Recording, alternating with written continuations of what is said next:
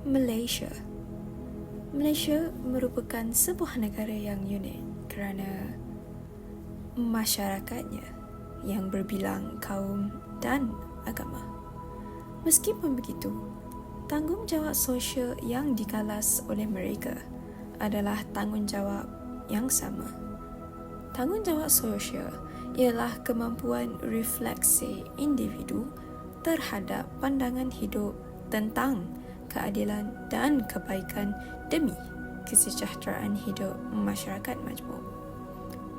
Kesedaran tanggungjawab sosial dalam kalangan masyarakat Malaysia adalah penting bagi mewujudkan negara yang harmoni, muafakat serta kesepakatan dalam mencapai tingkat etika dan peradaban yang tinggi.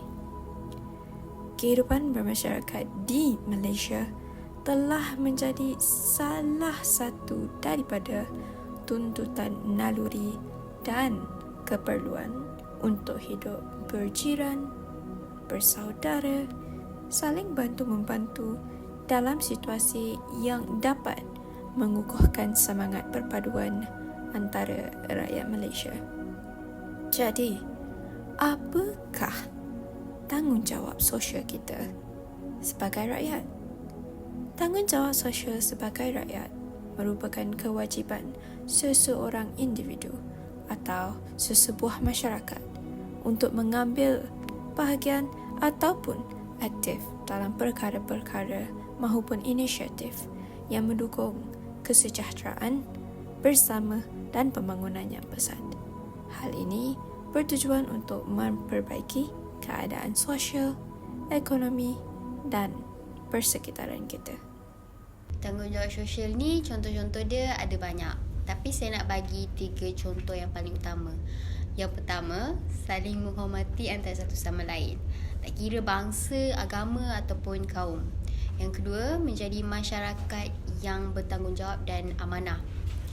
Tapi sebelum saya bagi tahu contoh yang ketiga, saya nak terangkan sikit tentang contoh yang kedua ni.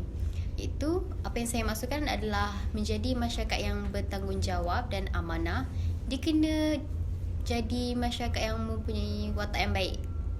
Maksudnya tindakan dan perbuatan tak melanggar undang-undang negara, etika kerja ataupun melanggar peraturan lah, senang cerita. Contoh yang ketiga, mampu menghulurkan tangan tanpa skeptikal terhadap sesebuah bangsa maupun individu. Kesedaran tanggungjawab sosial telah wujud sekian lama sudah di kalangan masyarakat kita sejak kemerdekaan lagi. Antaranya ialah kesefahaman dalam kalangan masyarakat yang majmuk. Kefahaman rakyat Malaysia yang majmuk berjaya direalisasikan tanpa sebarang konflik antara kaum, budaya serta agama yang berbeza dan ia mampu wujud di kalangan masyarakat. Rakyat mampu toleransi antara satu sama lain. Hal ini kerana apabila kita lihat situasi masyarakat di negara Finland, sudut pandangan tanggungjawab sosial mereka sungguh berbeza dengan masyarakat Malaysia. Rakyat mereka mengelakkan diri daripada berkomunikasi antara masyarakat sehingga ia menjadi budaya tetap mereka. Sedangkan masyarakat Malaysia boleh hidup harmoni serta beramah mesra walaupun masing-masing mempunyai budaya yang berbeza. Ini sudah terbukti bahawa kesedaran tanggungjawab sosial di kalangan masyarakat Malaysia amat tinggi. Setiap orang ada cabaran mereka yang tersendiri.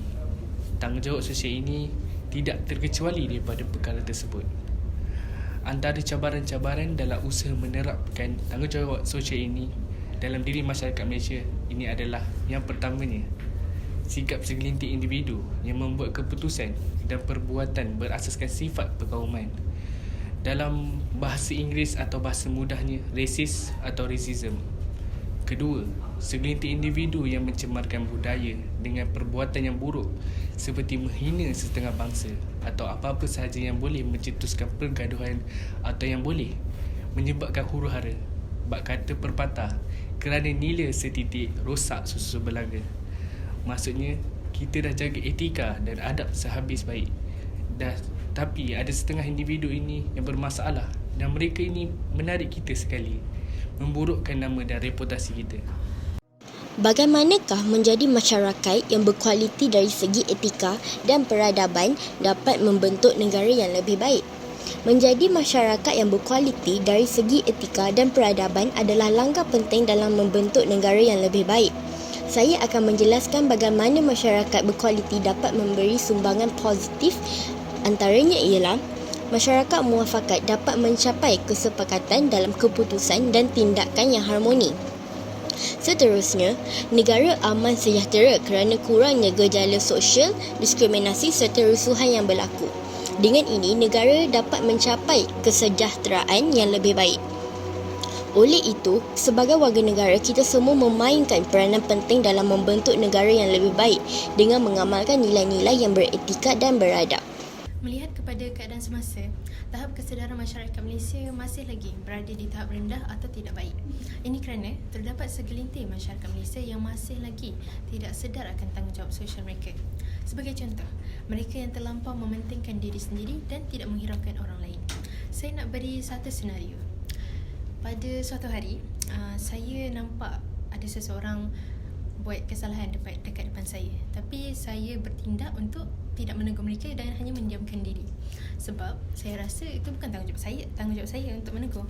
Yalah, orang tu bukan kenalan saya, bahkan bukan ahli keluarga. Buat apa saya nak tegur? Itulah tandanya seseorang kurang kesedaran tanggungjawab sosial dalam diri mereka. Daripada perbuatan ini, ia dapat mengakibatkan perkara lain berlaku, iaitu masyarakat akan mula hilang rasa malu untuk berkelakuan kurang sopan di khalayak ramai.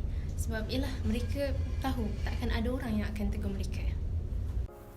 Dengan ini, dapat kita simpulkan bahawa tahap kesedaran rakyat Malaysia terhadap tanggungjawab sosial mereka adalah rendah ataupun tidak stabil. Perkara ini masih boleh diperbaiki dan ditambah baik pada masa yang akan datang.